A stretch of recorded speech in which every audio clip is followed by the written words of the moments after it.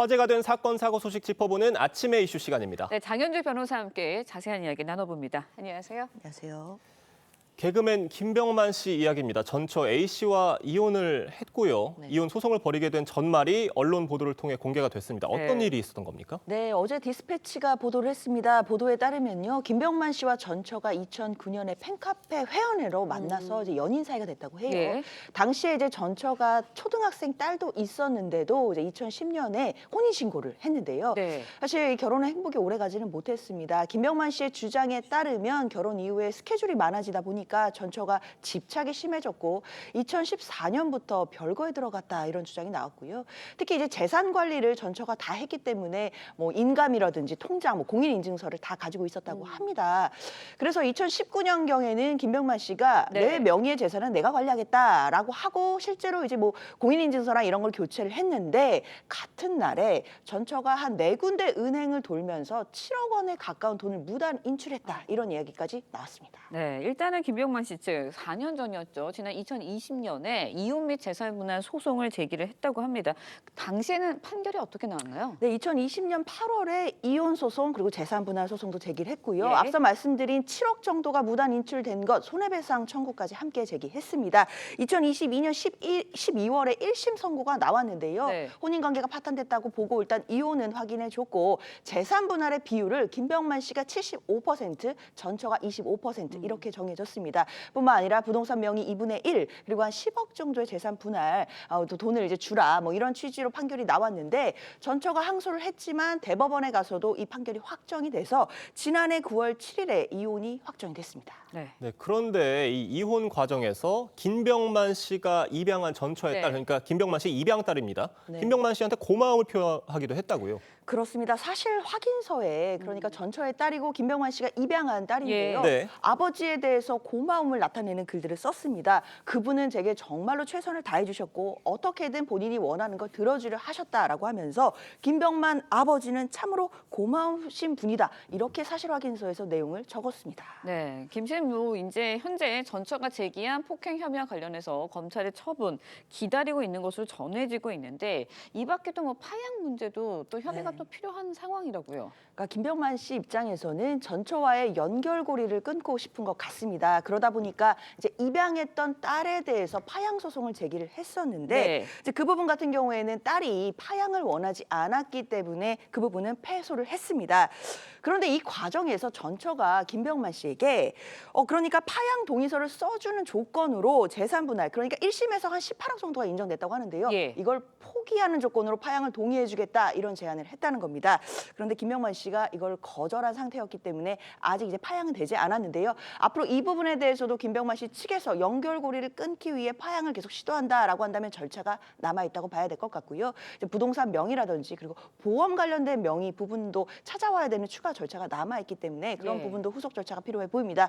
또 한 가지는 지금 형사적인 부분인데 예. 이제 전처가 이제 폭행 관련해서 이제 뭐 결혼 생활 동안 지속적으로 폭행을 당했다 이제 이런 주장을 하고 있기 때문에요. 이런 부분에 대해서는 일단 경찰 입장에서는 폭행을 당했다라고 주장했던 날짜를 파악했더니 김병만 씨가 해외에 체류하고 있었던 기간이었던 겁니다.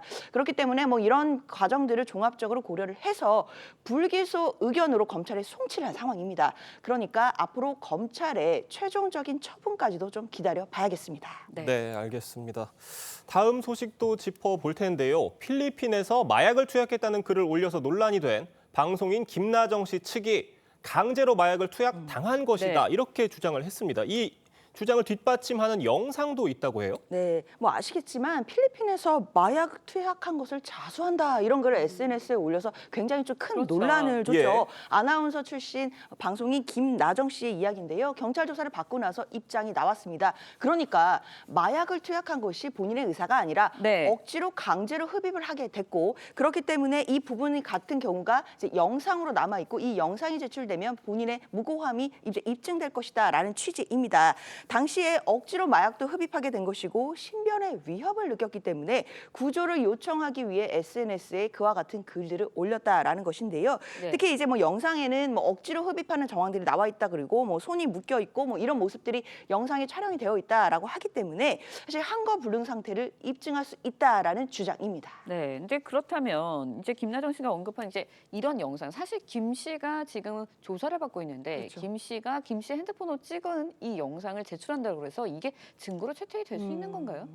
일단 영상에 과연 어떤 정황이 담겨 있느냐 이게 가장 중요할 겁니다. 수사기관으로서는 당연히 이 영상도 확인을 해보겠지만 네. 영상 전후의 사정이라든지 그리고 관련된 또 객관적인 정황들까지도 확대해서 수사를 할 것이기 때문에요.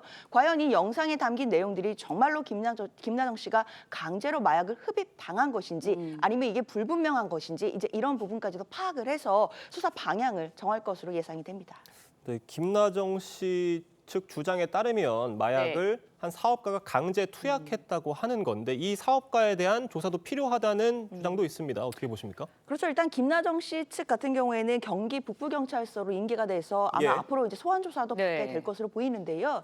아마 경찰 입장에서는 일단 이 영상을 보고 분석을 할 것으로 보입니다. 특히나 이제 마약을 강제로 흡입당했다. 그리고 이제 사업가로부터 그런 일을 당했다라는 주장이 있기 때문에 과연 이 주장의 신빙성이나 진실성에 대해서 파악을 하고 만약에 정말 그런 일들에 대해서 있었을 것이라고 경찰이 파악이 된다라고 한다면 뭐 사업가에 대해서도 수사를 확대할 가능성도 있는데 일단 아직은 김나정 씨에 대한 소환 조사가 먼저일 것으로 예상은 됩니다. 네, 알겠습니다. 다음 소식도 짧게 짚어보도록 하겠습니다. 어제 이 뉴스 접하시면서 굉장히 공분하신 분들도 많으실 것 같은데 인천의 군부대 소속이라고 주장한 한 남성이 50인분 음식을 주문한 다음에 잠적을 했어요. 그래서 굉장히 업주가 피해를 입었다는 사연이 올라와서 논란이 됐는데 어떤 사연인가요? 정말 안타까운 사연인데요. 네. 그러니까 영종도에서 식당을 운영하는 부모님이 13일에 노쇼 피해를 당했다. 이제 이런 글이 올라온 겁니다.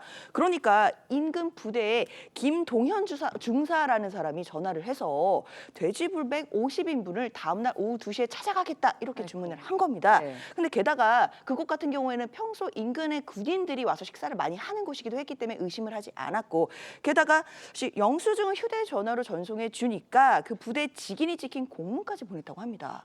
그러니까 당연히 식당 주인으로서는 의심하기 네. 어려운 정황이었을 것 같고요. 특히 14일 오전에는 이 김동현 중사라는 사람이 전화를 해서 음식 준비가 잘 돼가고 있냐 이렇게 확인 전화까지 했다는 겁니다. 굉장히 좀 악의적이라고 보이는데요.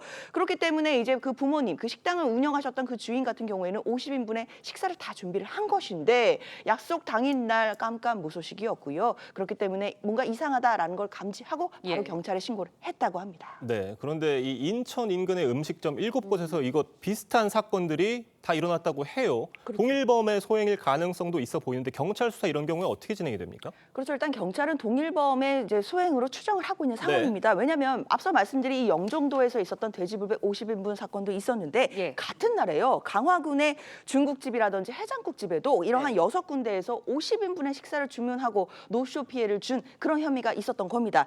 그 마찬가지로 군부대의 김동현 중사다라고 하고요. 부대 식품 결제 확약서까지 전송을 하면서 이렇게 노쇼 피해를 줬기 때문에 경찰은 동일범의 소행으로 보고 있습니다. 이럴 경우에는 일단은 신상 미상자라고 보고 수사를 확대해 나가고 있지만 전화가 걸려온 내용들도 있고 그리고 이제 공문이라든지 직인이 찍힌 부분에 대한 문서가 들어왔기 때문에 그런 부분들을 추적해서 수사를 한다라고 한다면 노쇼 피해를 준 범인에 대해서 분명히 신속하게 검거를 할 수 있을 것이라고 생각이 들고 검거가 된다라고 한다면 중하게 처벌을 해야 될 것 같습니다. 네, 참 황당하면서도 업주분들의 공분을 살 만한 사건인 네. 것 같네요. 이 경찰 수사가 조속히 이루어질 필요성이 있어 보입니다. 오늘 말씀은 여기까지 듣겠습니다. 감사합니다. 고맙습니다.